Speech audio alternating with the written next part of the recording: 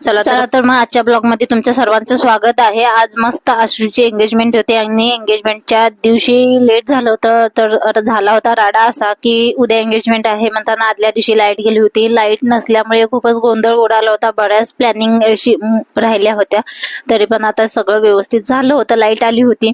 तर गावाकडे कसं असतं हे तुम्हाला माहितच आहे। आणि इथं एंट्री होती एंगेजमेंटची, नवरदेव त्यांनी आली होती सर्वजण आणि इथून एंट्री होती। आता मस्त आम्ही सगळे थांबलेलो, आता इकडे एक साईडला तिकडे एका साईडला फुलं टाकत होतो, मस्त त्यांची एंट्री होते एकदम झकास मध्ये। आणि व्हिडिओ फोटोज वगैरे लवकरच मी अपलोड करणार आहे।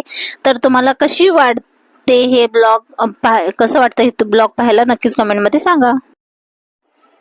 आता इथं प्रार्थना झाल्यानंतर जे भंते आहेत त्यांनी जसं सांगतात तसं त्यांचा आशीर्वाद घेतला, त्यांनी त्यांच्या पाठीमागे प्रार्थना पण म्हणली आणि तिथून मग परत नंतर ना गौतम बुद्धाचा आणि बाबासाहेबांचे फोटोकडे फेस करून परत तिथे पाया पडून परत त्यांनी उठले। फायनली सर्व प्रार्थना फायनली झाल्या होत्या आणि त्याच्यानंतर ना त्यांनी उठून उभारले होते आणि नंतर ना इथं बसून त्यांना हळदी कुंकाचा कार्यक्रम होता तो सर्व झाल्यानंतर हार वगैरे घालून मस्त त्याने हात जोडून थांबले। मस्त फोटो चालू झाले एकदम निवांत। आणि मी करते मध्ये नाही तिची साडी व्यवस्थित आहे का नाही, हेअरस्टाईल व्यवस्थित आहे का नाही हे पाहण्याचा कार्यक्रम सगळा माझ्याकडेच होता आपल्याकडं। मग त्याच्यानंतर ना परत हार घातले होते, परत फोटोज मध्ये व्हिडिओज मध्ये त्यांनी एकमेकांना घातलेले हार असं घ्यायचं होतं। मग त्या पद्धतीने तसं घेतले मस्त। आधी नवरदेवने नवरीला हार घातला, मग नवरीने नवरदेवला हार घातला। बघा हार तर खूप मोठेच वाटत होते, नवरदेव नवरीपेक्षा ते दोघं बारीक आहेत पण मस्त दिसत होते। ते तुम्हाला कसे वाटतात ते पण कमेंट मध्ये सांगा।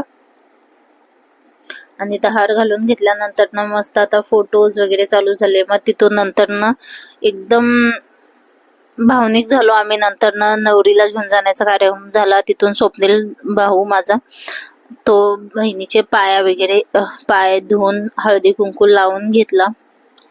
खूपच हा इमोशनल सीन असतो प्रत्येक मुलींच्या जीवनामध्ये आणि प्रत्येकांच्या फॅमिलीमध्ये। आणि बहीण भावाचं तर प्रेम व्यक्त करताच येत नाही। तिथं पाया देऊन परत स्वप्नीलने पाया पडले आणि अश्विनी हा आशीर्वाद दिला, परत सौरभ पण पाया पडला, सगळेजण पाया पडले। आणि इथून आता तर खूप इमोशनल झाले। आता तो सीन मी नाही टाकला, सगळे रडायचं वगैरे असं काय होतं। मग तिथून आम्ही 2-3 तास प्रवास करून, जवळपास 2 ते 2.5 तासाचा प्रवास होता, तिथून आम्ही प्रवास करून आलो नवरदेवच्या घरी। असं त्याने वेलकम वगैरे नवरीचा केला होता। आणि लाईट नव्हते, अंधार होता थोडासा बाहेर, त्याच्यामुळे तितकं काय क्लिअर दिसत नव्हतं। मस्त त्यांची एंट्री झाली, इथून सगळेजण